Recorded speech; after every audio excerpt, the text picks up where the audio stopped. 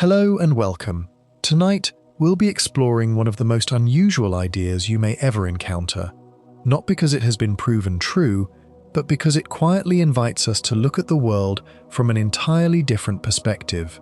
Sometimes, the most familiar things become the most mysterious when we step back far enough to see them with fresh eyes. So, find a comfortable place to rest, allow the events of today to slowly drift into the background, and let us begin a gentle journey through one of science's most fascinating thought experiments. Imagine standing on the surface of the Earth. Everything around you feels comfortably familiar. The trees sway softly in the wind. Clouds drift across the sky with no apparent urgency. Rivers follow their ancient paths toward distant oceans. Cities hum with countless lives unfolding all at once, while somewhere beyond the horizon, another sunrise is already beginning. From where you stand, it is easy to believe this is the whole story. After all, this is the world your senses were designed to understand. But now, imagine that you begin to rise, slowly at first. The houses become tiny shapes. Roads become thin lines winding across the landscape. Forests blend into broad patches of green, while mountains lose their rugged details and become gentle folds upon the planet's surface. Higher still, soon the atmosphere itself becomes visible, not as an endless blue sky, but as an incredibly thin veil wrapped delicately around the Earth. Compared with the planet beneath it, this protective blanket is astonishingly fragile, thinner than many people ever imagine. And yet almost every living thing you have ever known exists within this remarkably narrow layer. As you continue drifting outward, Earth becomes a complete sphere suspended in darkness. No borders, no countries, no cities, only swirling clouds, vast blue oceans, bright white ice, and the quiet beauty of a world that has spent billions of years carrying life through space. For a moment, it feels complete. Then you continue moving farther away. The moon joins the picture. Soon both Earth and Moon become only two small companions circling an ordinary yellow star. The solar system slowly reveals itself, not as the center of everything, but as one quiet neighborhood among countless others. Our sun, impressive from nearby, now appears remarkably ordinary. Astronomers estimate that our Milky Way alone contains hundreds of billions of stars. Many of those stars almost certainly possess planets of their own. Some may have rocky worlds, some may have oceans. Others may be unlike anything we have ever imagined. The distance continues to grow. The graceful spiral of the Milky Way comes into view. Its brilliant arms curve through darkness like soft streams of light, flowing around an unseen center. Hundreds of billions of stars quietly orbit together, each following paths that have unfolded for unimaginable stretches of time. Yet even this magnificent galaxy is not alone. Nearby galaxies gather into small families. Those families belong to larger clusters. The clusters connect to even larger collections, linked by enormous filaments stretching across distances almost too vast for the human mind to picture. When astronomers map these immense structures, something extraordinary appears. The universe is not arranged randomly. Instead, galaxies gather along enormous threads, leaving immense empty spaces between them, forming what scientists call the cosmic web. It resembles an intricate network spread across the universe.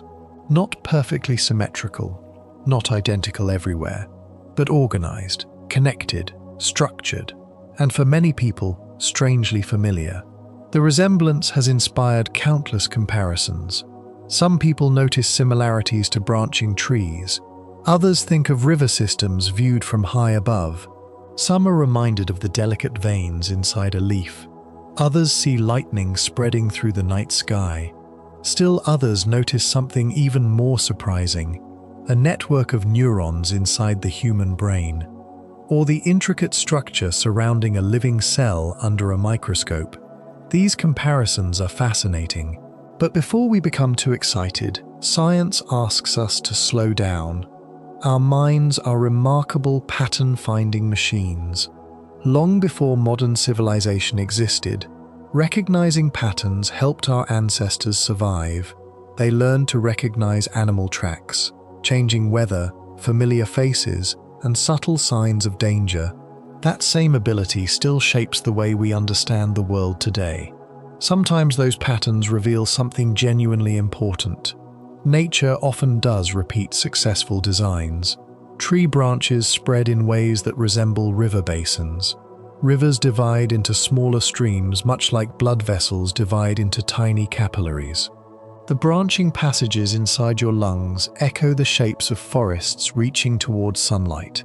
Even lightning, frozen for a brief instant across the sky, can resemble the roots of an ancient tree. Again and again, similar organizational patterns quietly appear across very different parts of nature, not because they are secretly the same thing, but because simple physical rules often produce surprisingly similar forms. This is one of nature's quiet habits. When energy flows, when materials move, when systems grow, certain shapes emerge again and again. Recognizing those similarities is the beginning of curiosity.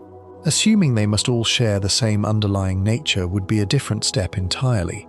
Science invites us to enjoy the first without rushing toward the second. And yet, even knowing this, it is difficult not to pause for a moment. Why does nature seem to favor certain designs? Why do branching networks appear from tiny leaves to enormous river systems? Why do living tissues, fungal networks, coastlines, clouds, and even the largest known structures in the universe sometimes feel connected by an unexpected visual language? Perhaps these are only beautiful coincidences. Perhaps they reveal deep mathematical principles that shape both living and non-living worlds. Or perhaps they simply remind us that the universe often builds extraordinary complexity from remarkably simple rules. Whatever the answer may be, one quiet question begins to linger. If similar patterns appear across such astonishingly different scales, what exactly makes something alive? Could two systems resemble one another while operating according to completely different principles? Or might some similarities be able to explore that possibles? Because sometimes they begin inside a single. If the largest structures in the universe encourage us to think about patterns, then perhaps the smallest living structures can teach us something even more important. Imagine shrinking, not just to the size of an insect, not to the width of a human hair, smaller still, far smaller than anything your eyes could ever see. Eventually you arrive at a place that seems almost impossible. A world so tiny that millions of its inhabitants could fit comfortably within a single drop of water. And yet, despite its size, this miniature world is astonishingly busy. This is the world of a living cell. People often imagine a cell as something simple, a tiny bubble filled with liquid, but the reality is far more beautiful. A living cell is less like a bubble and more like an entire city that never sleeps. Nothing inside it remains completely still. Tiny structures are constantly moving. Countless molecules drift, meet, separate, and meet again. Small packages are carried from one place to another with remarkable precision. Messages are quietly delivered. Repairs are constantly underway. Energy is produced, shared, and carefully used. Every moment, thousands of different activities happen together, not chaotically, but with quiet coordination. What makes this even more remarkable is that there is no tiny person sitting inside, giving orders. No miniature conductor stands at the center waving a baton. Instead, order emerges naturally from countless simple interactions, each following the same dependable rules. The first thing you might notice is the cell's outer boundary. It is incredibly thin, so thin that, from a distance, it almost seems insignificant. Yet this delicate boundary quietly determines whether the cell continues to live. Imagine a peaceful garden surrounded by a carefully tended fence. The fence is not there to keep everything out. It allows fresh air to pass. Water can enter when needed. Helpful visitors are welcomed. Dangerous intruders are kept away. Without that gentle boundary, the garden would slowly lose everything that allows it to flourish. A living cell works in much the same way. Its outer surface is not a solid wall. Instead, it behaves more like an intelligent border crossing, constantly deciding what may enter, what should remain inside, and what needs to leave. Every second, this silent conversation with the outside world continues. Far from being isolated, life depends upon this careful exchange. Step a little farther inside, and the space before you feels surprisingly open. There are no empty rooms waiting quietly in silence. Instead, every corner is filled with movement. Imagine standing inside a busy railway station where thousands of travelers pass one another without confusion. Or picture a harbour where ships arrive, unload their cargo, receive new supplies, and depart once again, each following an invisible schedule. Inside a living cell, something remarkably similar unfolds every moment. Tiny deliveries travel in every direction. Some carry building materials, others transport chemical messages. Some remove waste, others bring fresh resources where they are needed most. Nothing appears rushed, yet nothing ever truly stops. Near the center of this tiny world lies one of its most extraordinary features. People often call it the nucleus. Rather than thinking of it as a command room, imagine it as an immense library. Within that quiet library rests the complete collection of instructions needed to build, maintain, and repair the cell. It is not shouting orders across the room. Instead, it patiently stores information, allowing every part of the cell to consult the pages whenever guidance is needed. Like an old library filled with carefully preserved books, its greatest strength lies not in constant activity, but in faithfully protecting knowledge across time. Scattered throughout the cell are many smaller structures, each with its own specialized role. Some help produce energy, others build essential materials. Some carefully recycle worn-out components so that valuable resources can be used again. Rather than memorizing unfamiliar scientific names, it is easier to picture a small town. There are workshops, power stations, recycling centers, warehouses, roads, couriers, maintenance crews. None of them could keep the town running alone. Yet together, they create something that feels almost effortless. One of the greatest misconceptions about living systems is that they survive simply because they are active. Activity alone is not enough. A campfire is active. A waterfall is active. A thunderstorm is active. But none of these remain carefully balanced for years or decades. Life depends upon something quieter. Balance. Imagine walking into your home on a winter evening. If the room becomes too cold, the heating gently switches on. When it grows warm enough, it quietly turns itself off again. There is no celebration, no dramatic event, just countless small adjustments that keep everything comfortable. Your own body performs similar acts every day. When the afternoon grows hot, your skin begins producing tiny drops of sweat. As they slowly evaporate, heat leaves your body with them. When the air becomes cold, tiny muscles beneath your skin tighten, helping preserve warmth. If you become thirsty, your body quietly reminds you to drink long before serious problems appear. Most of these adjustments happen so naturally that you rarely notice them. A living cell behaves in much the same way. Its greatest achievement is not performing extraordinary tasks. Its greatest achievement is quietly remaining stable while the world around it constantly changes. There is another invisible requirement for all of this activity: energy. Without it, everything would gradually fall silent. Imagine a beautiful city after sunset. Lights glow behind countless windows. Street lamps illuminate quiet roads.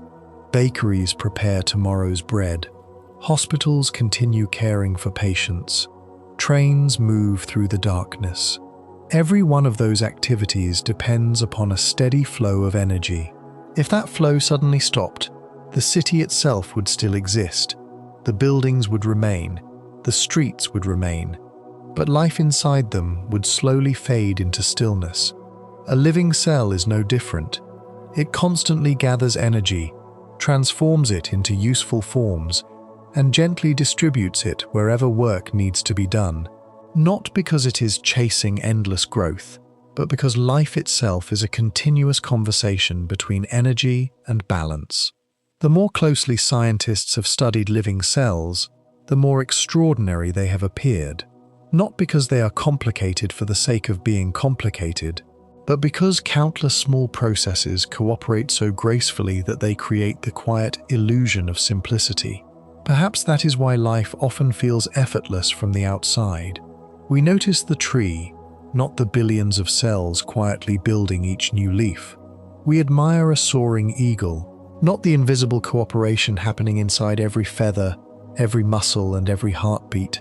The smallest living structures rarely demand attention, yet everything larger depends upon them.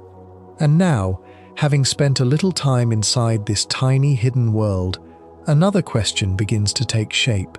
If a single cell is not merely an object, but an endlessly active system that protects itself, moves energy, maintains balance, and quietly sustains life, what might we discover if we looked at our own planet through the same patient lens? When most of us picture Earth, we imagine something solid, a great sphere of rock floating silently through space. Mountains seem permanent, continents appear unmoving, oceans look timeless, as though they have always rested exactly where they are today. From our human perspective, the planet feels steady, reliable, almost still, but appearances can be wonderfully misleading. If you could somehow watch Earth not for a single afternoon, nor even for a lifetime, but across millions of years, you would discover a world that never truly rests. Everything moves, sometimes quickly enough to notice, sometimes so slowly that entire civilizations pass before the motion becomes visible. The clouds that drift above your head today are only one small part of an immense circulation that wraps itself around the entire planet. Winds rise and fall, carrying warmth from one region to another, quietly smoothing out the sharpest differences between places. The oceans are equally restless, although their surfaces often appear calm from a distance. Enormous rivers of seawater flow beneath them. Some travel through the brightest tropical waters, warmed by sunlight. Others sink into the cold darkness near the poles, before beginning long, patient journeys across the world's oceans. Some of these underwater currents take centuries to complete their slow circuit. Long before one drop of water finishes its journey, generations of people have already lived their entire lives. And still, the currents continue. Above them, water follows another endless voyage. Sunlight warms the sea. Tiny droplets rise into the sky. Clouds quietly gather. Rain falls across forests, fields, mountains, and rivers before eventually finding its way back toward the ocean once again. It is an ancient journey with no beginning and no final destination, only continuous movement. Even the ground beneath your feet is far less motionless than it seems. Imagine placing your hand upon an old wooden table. It feels perfectly solid. Yet, if you could watch it over many centuries, you might notice it slowly bending beneath its own weight, responding almost imperceptibly to changes in temperature, moisture, and time. The Earth behaves in a surprisingly similar way. Far below the familiar landscapes we know lies a region so hot that rocks no longer behave quite as we expect. They do not flow like rivers, yet they are not completely rigid either. Over immense stretches of time, they move with extraordinary patience, very slowly, almost like warm candle wax softening under gentle heat. These slow movements deep inside our planet gradually shift the enormous pieces of Earth's outer surface that we call continents. Mountains rise, ocean floors spread apart. New landscapes are born, while older ones slowly disappear. To us, these changes feel almost eternal. To the planet, They are simply part of an ongoing rhythm. Even deeper still lies another remarkable layer.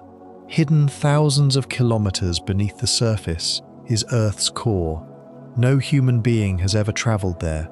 Its temperatures rival those found on the surface of the Sun, while the pressures are so immense that they challenge our imagination.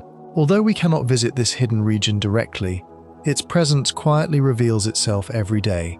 As molten metals slowly move within the deep interior, they generate something entirely invisible, a magnetic field.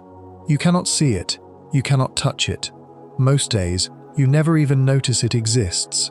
Yet this invisible shield stretches far beyond the atmosphere, surrounding our planet like a vast protective embrace.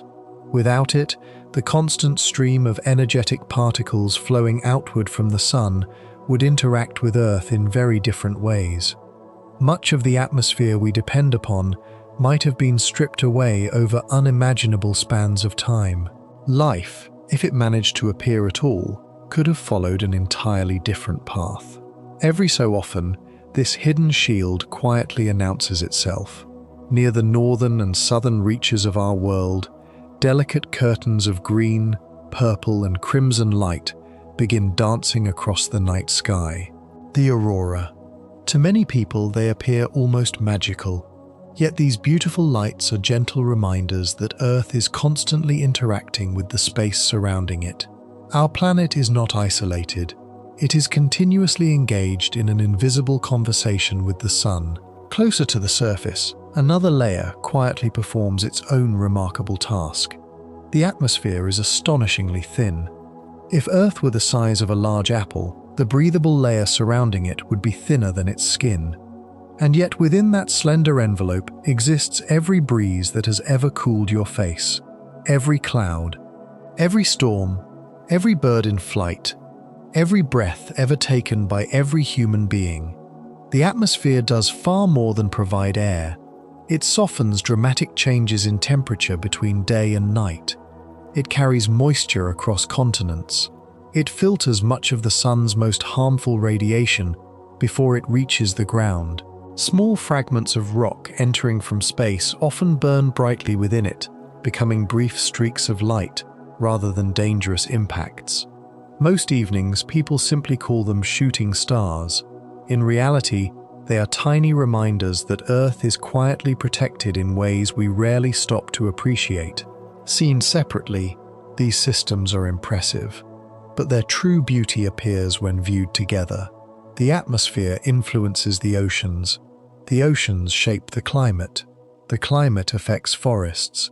Forests exchange moisture with the air. Ice reflects sunlight. Dark oceans absorb it. Volcanoes slowly reshape landscapes. Living organisms influence the composition of the atmosphere. Everything participates. Nothing exists entirely alone. Imagine listening to an orchestra before a concert begins. Individual musicians tune their instruments independently. One violin plays a single note. A flute answers somewhere across the stage. A cello quietly joins in. At first, each sound seems unrelated, yet gradually they begin forming something larger than any individual performer could create alone. Earth behaves in a remarkably similar way. No single process controls the planet. There is no central conductor issuing commands. Instead, countless natural systems continuously respond to one another. A slight change in one place may eventually influence another. Warm oceans alter rainfall. Rainfall shapes forests. Forests influence the air above them. The atmosphere changes temperatures elsewhere. Every response becomes part of another response. Not perfectly, not predictably, but continuously. This quiet cooperation is one of the reasons our planet has remained capable of supporting life for such an astonishing length of time. It has endured asteroid impacts, changing continents, ice ages, powerful volcanic eruptions, shifting climates. Through all of these transformations, Earth has never remained unchanged. Instead, it has continually adjusted, not because it possesses intentions, not because it makes conscious decisions, but because countless natural processes are always interacting, each gently influencing the others. The more closely scientists have studied our planet, the less it resembles a collection of separate pieces. Instead, it begins to appear as one immense conversation, unfolding across oceans, skies, rocks, ice, and every living creature that calls this world home. And once you begin seeing Earth this way, another quiet thought naturally follows. A living cell is remarkable not because of any single structure inside it. It is remarkable because every part works together. Looking at our own planet, you may begin to wonder whether the same quiet principle of cooperation might also be waiting beneath the surface. By now, the Earth no longer feels quite like the silent sphere we first imagined. Instead, it has begun to resemble something much more dynamic. Its oceans move, its atmosphere breathes, its continents slowly shift. Its invisible magnetic field quietly stretches far into space. Yet none of these systems exist on their own. Like musicians in an orchestra, they depend upon one another, each contributing a different part to a much larger performance. But even the finest orchestra cannot play without energy. Neither can a planet. Every morning, long before the first birds begin to sing, sunlight has already been traveling toward Earth for a little more than 8 minutes. It crosses nearly 150 million kilometers of empty space without making a sound. Then, almost effortlessly, it reaches our world. Some of that light warms the oceans. Some touches mountain peaks. Some disappears into deserts. Some reflects harmlessly back into space. And some begins one of the most extraordinary journeys in all of nature. It falls upon a leaf. If you have ever stood beneath a large tree on a summer afternoon, you may have noticed how peaceful it feels. The leaves barely seem to move. Nothing appears dramatic. Yet inside every green leaf, countless tiny events unfold every second. Using sunlight, water, and the invisible carbon floating in the air, plants quietly build themselves. New branches slowly grow. Fresh leaves unfold. Roots reach deeper into the soil. Without noise, without hurry, without anyone noticing. It is one of the quietest miracles on Earth. The sunlight that falls upon a forest today may eventually become part of an oak tree. Years later, that same stored energy may feed a deer. Perhaps later still, it nourishes a wolf, or returns to the soil, where countless tiny organisms patiently continue the journey. Nothing is wasted for very long. Nature has an extraordinary talent for finding new uses for old materials. Imagine borrowing a single book from a library.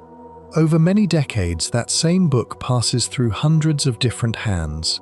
Children read it, teachers recommend it, parents share it with their families.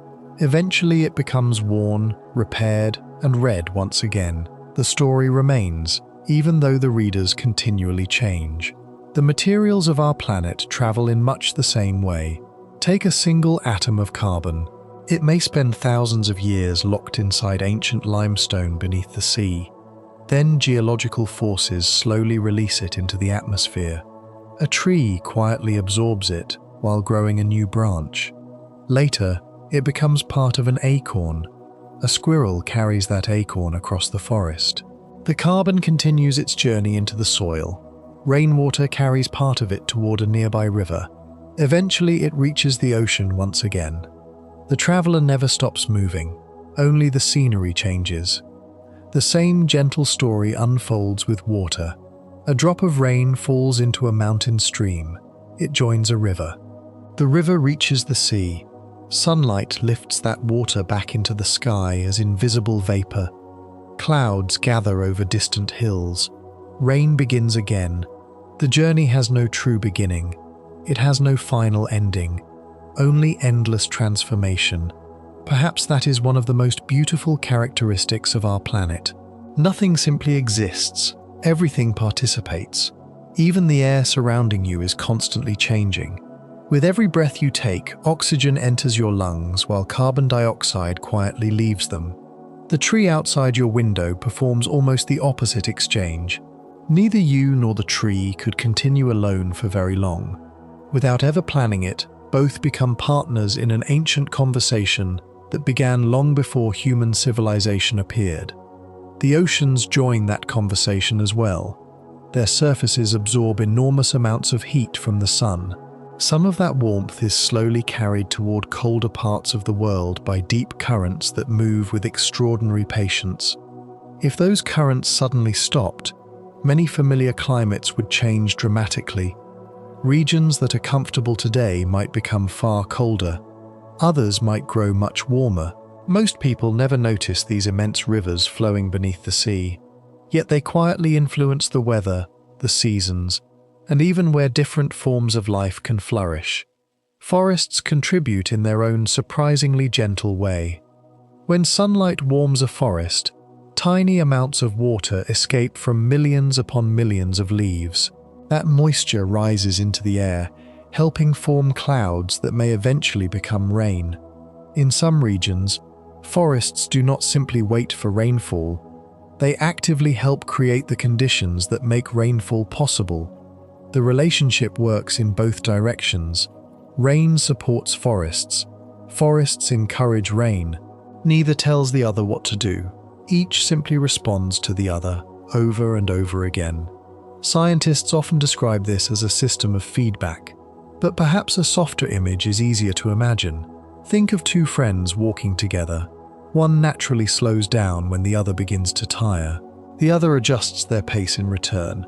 Neither controls the journey alone. Their movements gradually become coordinated simply because each responds to the other. Many of Earth's natural systems behave in much the same quiet way. When one changes, others gently respond. Sometimes those responses reduce the original change. Sometimes they strengthen it. More often, they create an intricate balance that is constantly shifting without ever becoming completely chaotic. This balance is never perfect. Our planet has experienced dramatic climate changes before. Entire mountain ranges have risen where oceans once existed. Great ice sheets have advanced and retreated across continents.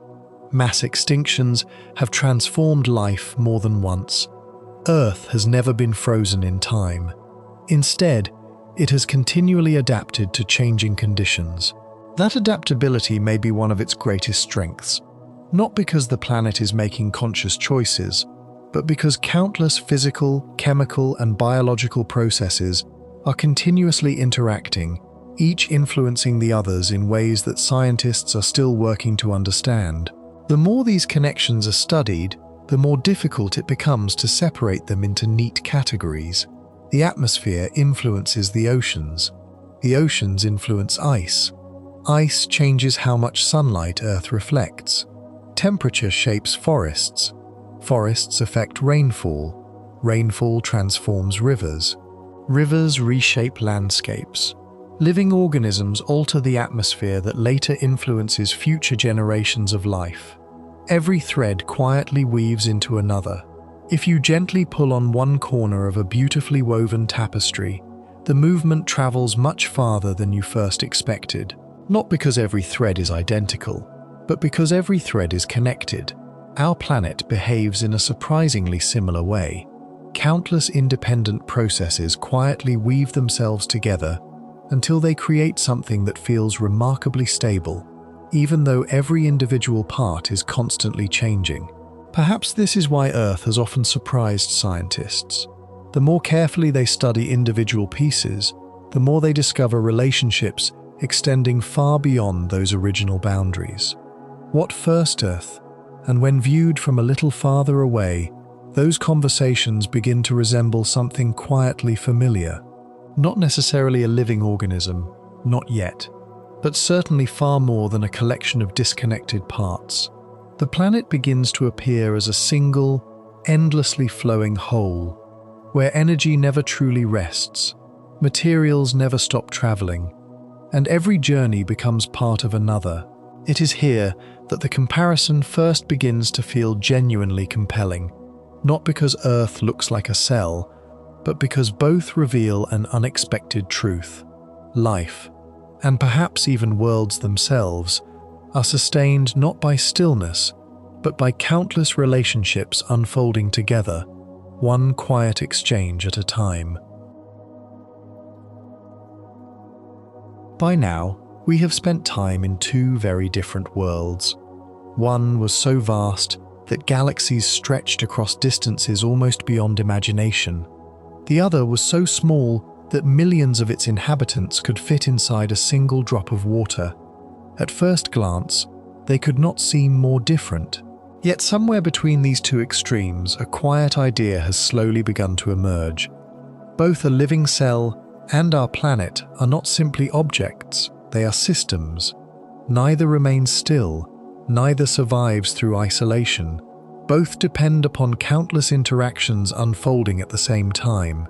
This is where the comparison truly becomes interesting, not because one is secretly the other, but because both invite us to think less about individual parts and more about relationships.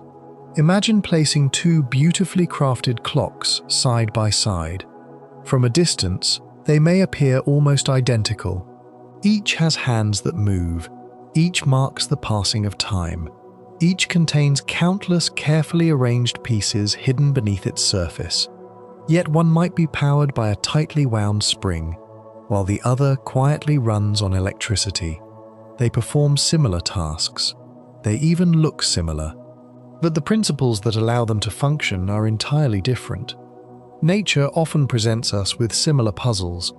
A river branches into smaller streams. Blood vessels branch into smaller vessels. Lightning spreads across the sky in delicate patterns. Tree roots spread beneath the soil in remarkably familiar shapes. Seen from above, many large cities resemble living tissues threaded together by roads and railways. These similarities are undeniably beautiful. But beauty alone is not evidence. Appearance alone is not explanation. Science asks a wonderfully patient question. Not, do these things look alike? But rather, why do they look alike? Sometimes the answer is surprisingly simple. Whenever energy flows through a system, whenever materials spread outward, whenever growth follows the path of least resistance, certain patterns naturally emerge. They are efficient, stable, flexible. Nature seems to rediscover them again and again. It is rather like watching water find its way downhill. The streams that form on one hillside may resemble those on another, even if the hills have never been connected. The similarity comes not from shared history, but from shared physical rules. The same quiet principle often shapes the natural world. This understanding allows us to appreciate similarities without immediately assuming hidden identities. And yet, when we compare Earth with a living cell, the parallels become difficult to ignore. Both possess boundaries that separate an inner environment from the world beyond. A cell gently regulates what crosses its outer surface. Earth is surrounded by an atmosphere that allows life to flourish while shielding the surface from many dangers beyond. Both depend upon continuous movement. Inside a cell, countless materials travel from one place to another. Across Earth, water circulates through oceans, clouds, rivers, and ice. Air moves around the globe. Heat flows from warm regions toward colder ones. Even the solid ground beneath our feet slowly shifts over immense stretches of time. Neither system survives by remaining motionless. Both rely upon movement, both depend upon energy. A living cell quietly gathers energy, transforms it, and distributes it wherever it is needed.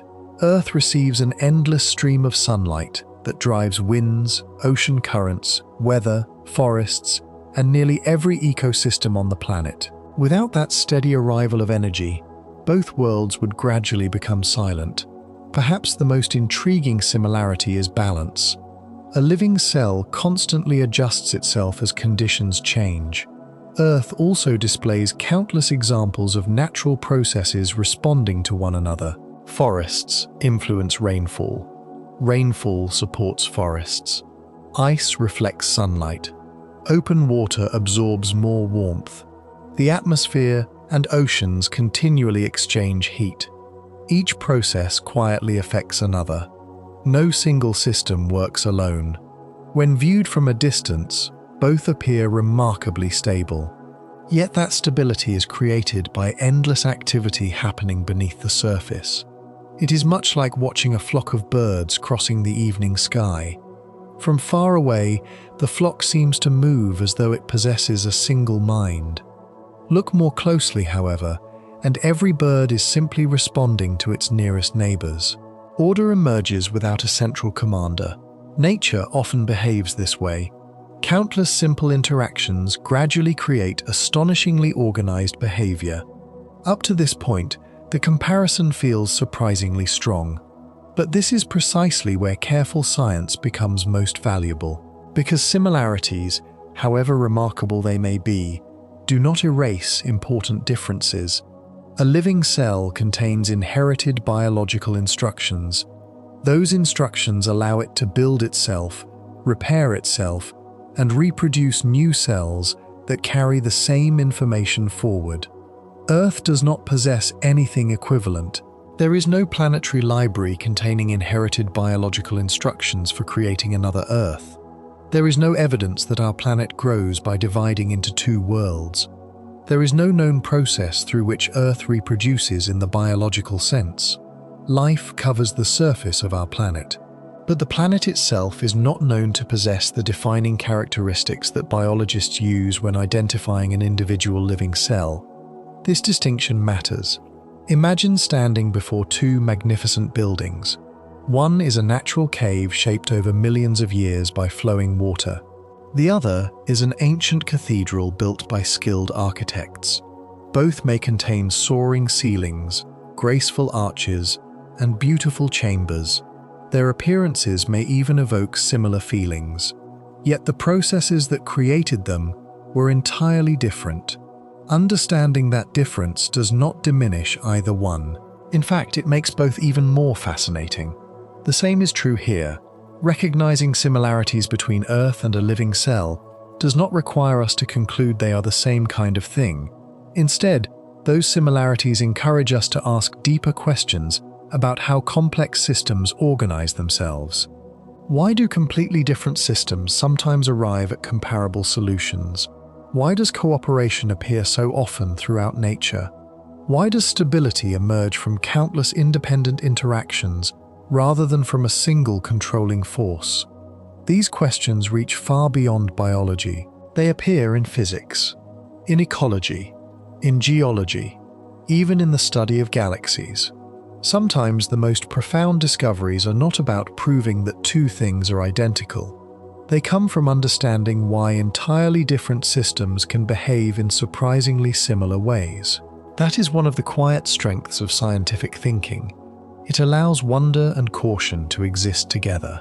We are free to admire an unexpected resemblance without rushing toward extraordinary conclusions. We can appreciate patterns while continuing to ask careful questions. And perhaps that balance between curiosity and patience is itself one of science's greatest achievements. As researchers continued exploring these remarkable connections during the 20th century, some began wondering whether Earth might be understood in an entirely new way. Not as a gigantic living cell, not as a conscious being, but as something that behaves, in certain important respects, almost like a living system. That gentle shift in perspective would eventually become one of the most intriguing scientific ideas ever proposed about our planet. By this point in our journey, the comparison between a living cell and our planet has served its purpose. It has encouraged us to notice relationships instead of isolated objects. It has invited us to see movement where we once saw stillness. And perhaps most importantly, it has reminded us that extraordinary complexity often arises from countless simple interactions working together. For much of human history, people tended to study nature in separate pieces. The oceans belonged to one field, the atmosphere belonged to another. Geologists studied rocks. Biologists studied living organisms. Astronomers looked outward toward the stars. Each discipline uncovered remarkable discoveries, Yet the boundaries between them sometimes made it difficult to see the larger picture. Imagine trying to understand a symphony by listening to only the violins. You would certainly hear beautiful music. You might even understand that instrument exceptionally well, but the deeper harmony only appears when every section of the orchestra is heard together. Gradually, scientists began realizing that Earth might need to be understood in much the same way, not as a collection of independent systems, but as one vast conversation. The atmosphere continuously exchanges heat and moisture with the oceans. The oceans influence weather. Weather shapes forests.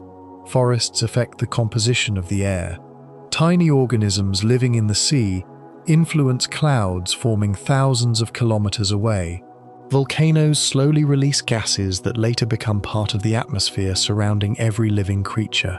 Even the smallest forms of life participate in processes that eventually reach across the entire planet. The more researchers uncovered these connections, the more difficult it became to draw clean lines between one system and another. Everything seemed to overlap. Everything seemed to respond. During the 1970s, one scientist began asking an unusually simple question. What if life does not merely exist on Earth? What if life also helps shape the environment in which it lives? That scientist was James Lovelock. While studying the atmospheres of planets, Lovelock noticed something curious. The atmosphere surrounding Earth is remarkably unusual. Instead of settling into the quiet chemical balance that many non-living systems eventually approach, our atmosphere remains in a state of continual activity. Oxygen exists in large quantities, so does nitrogen.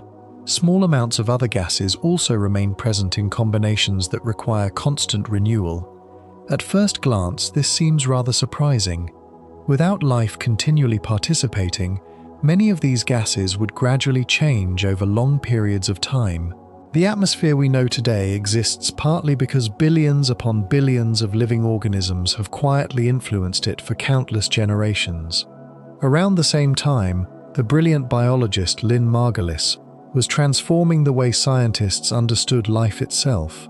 Her research revealed that cooperation between tiny organisms had played an enormous role in the history of evolution. Rather than imagining life as a story driven only by competition, her work highlighted something equally important: collaboration. Small living systems could join together and create something entirely new. This way of thinking naturally complemented Lovelock's growing ideas. Together, their work inspired what became known as the Gaia Hypothesis. The name itself comes from Gaia, the ancient Greek personification of Earth. It is a beautiful name, perhaps even a poetic one, but it has also led to one of the most common misunderstandings. Many people hear the phrase and immediately imagine that scientists were claiming Earth is literally a giant living organism. That is not what the original scientific idea proposed. Instead, the hypothesis suggested something both simpler and, in many ways, more profound. Life and the planet continually influence one another. Living organisms change the atmosphere. The atmosphere changes climate. Climate shapes ecosystems. Those ecosystems then influence future conditions for life. Again and again, countless interactions create a planet that often remains surprisingly stable despite continual change. Notice how different that idea is. It does not require Earth to think. It does not require intentions. It does not imagine a planetary mind making decisions. It simply recognizes that living and non-living systems have become deeply intertwined over billions of years. A familiar garden offers a gentle comparison. Imagine planting flowers beside a small pond. As the plants grow, they provide shade. The shade cools the water. Cooler water supports different tiny creatures. Those creatures influence the soil. Healthier soil supports stronger plants. Over time, every part of the garden gradually changes the others. No single flower controls the garden. The pond gives no instructions. The insects hold no meetings. Yet together, they slowly create a balanced environment that none could produce alone. Earth often behaves in much the same quiet way. Modern Earth system science has expanded this perspective even further. Rather than focusing on individual pieces, scientists now study how the entire planet functions as one interconnected system. The atmosphere, the oceans, ice sheets, land, living organisms, even human activity. Each influences the others continuously. Imagine watching thousands of dancers spread across an enormous stage. At first, their movements appear independent. One turns left, another steps forward, a third pauses. But as you continue watching, larger patterns gradually emerge. Without anyone standing above them directing every movement, the dancers collectively create shapes that no individual could produce alone. Earth behaves in surprisingly similar ways. The planet's stability does not arise because one system controls everything. It emerges because countless systems are constantly responding to one another. Some interactions reduce change, others amplify it. Most simply become part of an ongoing conversation that has unfolded for billions of years. Of course, not every scientist agrees on exactly how far these comparisons should be taken. Some researchers view the Gaia Hypothesis as an elegant way of describing planetary self-regulation. Others argue that certain versions of the idea sound too much like suggesting Earth possesses purpose or intention. These discussions have continued for decades, and that is entirely healthy. Science advances not by avoiding disagreement, but by examining ideas carefully, testing evidence, refining explanations, and remaining willing to change when new discoveries appear. One of the most valuable outcomes of this debate is that it encouraged scientists to look beyond isolated disciplines. Today, climate scientists work alongside oceanographers. Ecologists collaborate with geologists. Atmospheric researchers share discoveries with biologists. Understanding our planet increasingly means understanding relationships rather than individual parts. In many ways, that may be the lasting legacy of the Gaia Hypothesis. Whether every detail proves correct is almost secondary to the larger shift it inspired. It encouraged scientists to ask not only how each piece of Earth works, but how all the pieces work together. That perspective has become one of the foundations of modern Earth system study. And yet, even after everything we have explored, one gentle distinction remains essential.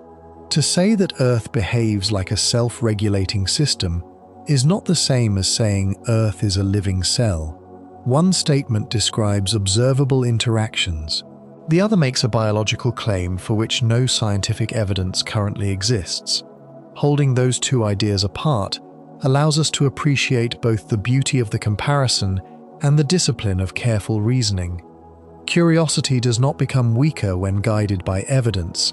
If anything, it becomes even more powerful, because once we understand where science currently stands, we are finally free to ask a different kind of question. Not one about evidence, but one about imagination. Suppose, just for a little while, we allowed ourselves to wonder, if our planet truly were one tiny living part of something unimaginably larger, what might that universe look like? By now, we have traveled a long way together. We have wandered among galaxies. We have stepped inside a living cell. We have watched oceans circulate, forests breathe, continents drift, and countless natural systems quietly respond to one another. Science has taken us as far as the available evidence allows. From this point onward, the path changes. Instead of asking what scientists have demonstrated, let us ask a quieter question. What if? Not because we expect the answer to be true, but because thoughtful questions have always been one of humanity's greatest tools for exploring the unknown. Imagine for just a moment that everything we have learned about Earth remains exactly the same. Its mountains are still mountains. Its oceans are still oceans. Its forests still sway gently beneath the wind. Its atmosphere still protects life. Nothing changes, except our perspective. Imagine that our planet is not the entire story, Imagine that Earth is only one tiny living component inside something so unimaginably vast that our universe occupies the same role a single cell occupies inside your body.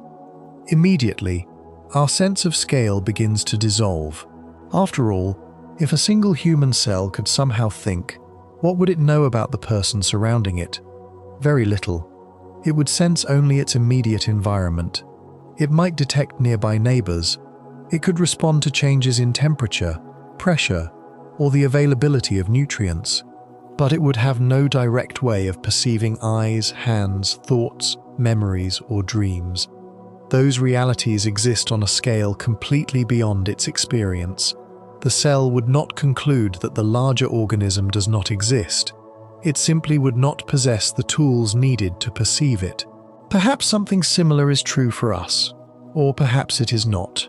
The important point is that we cannot assume our own limits of perception define the limits of reality itself.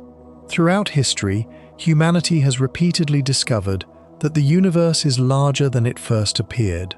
There was a time when mountains seemed to mark the edge of the known world. Later, oceans appeared endless. Then our planet became only one world among many.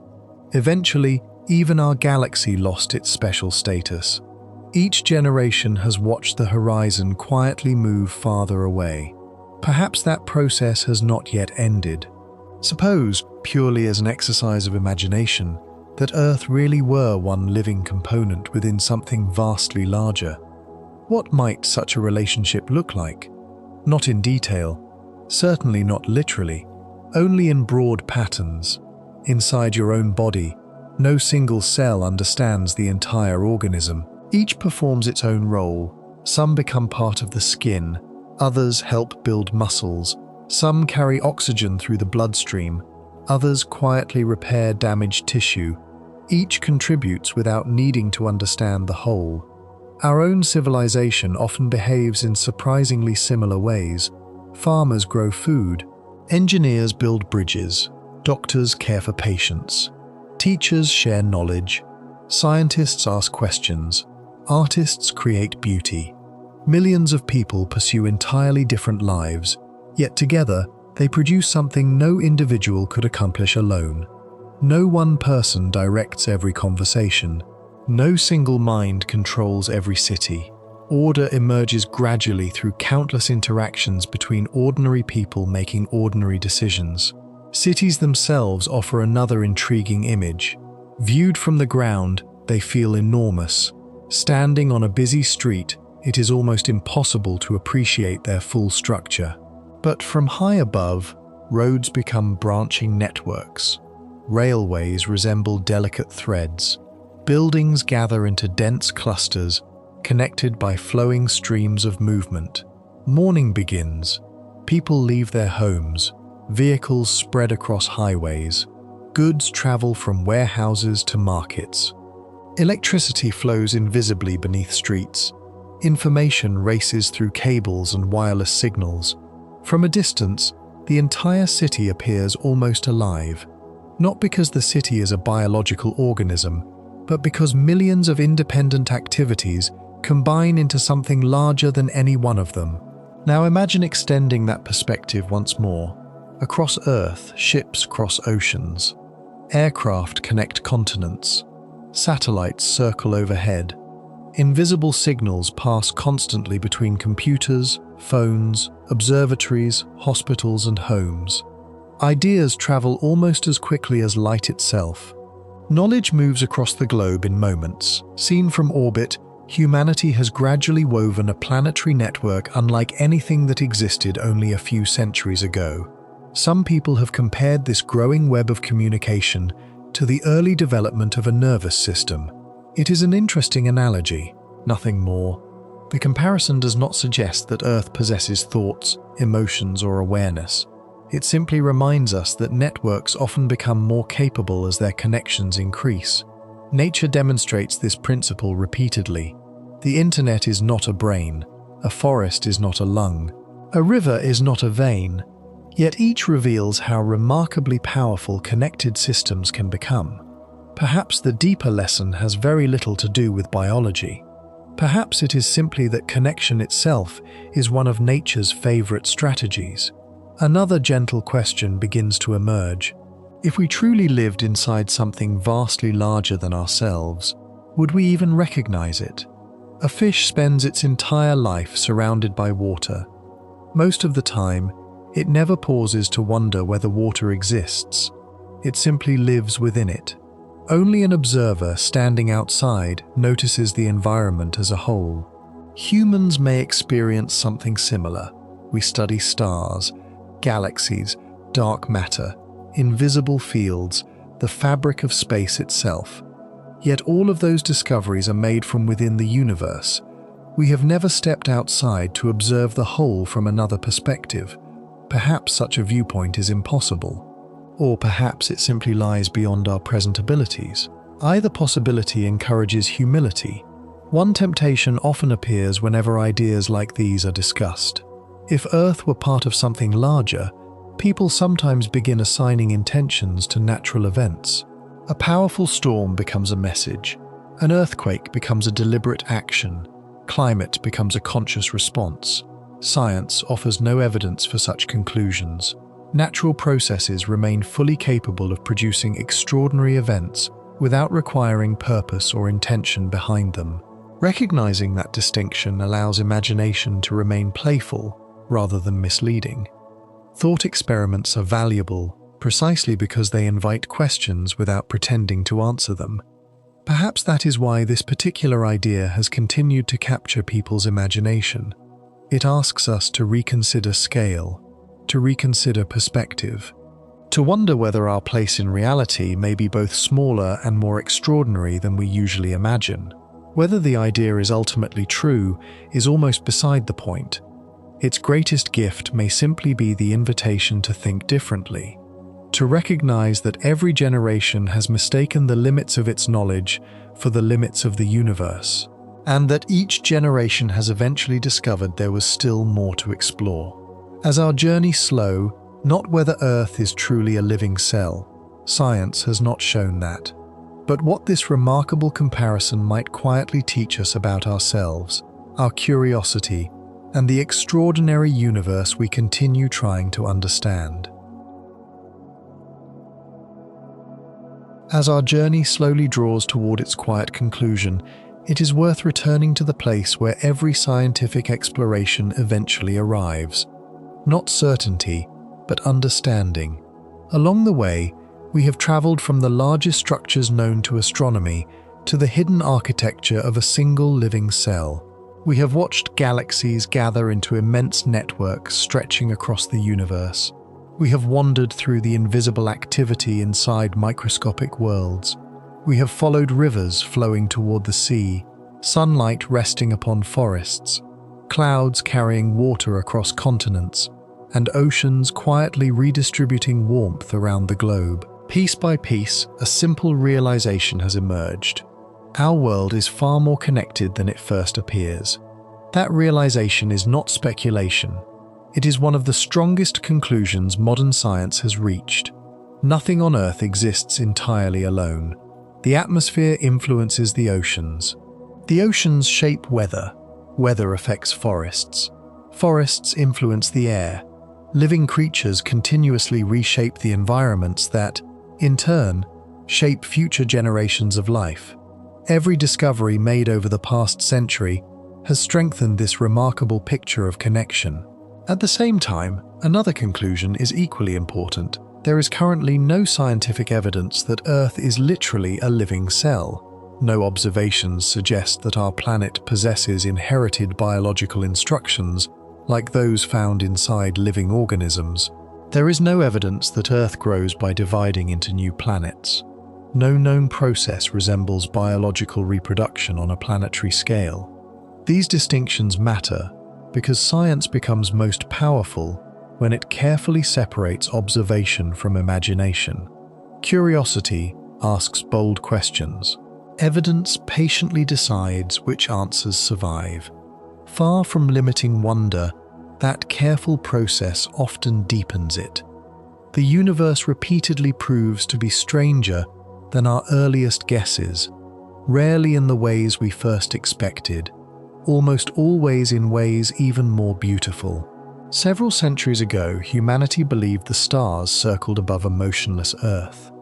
Later, we discovered that our planet circles the Sun.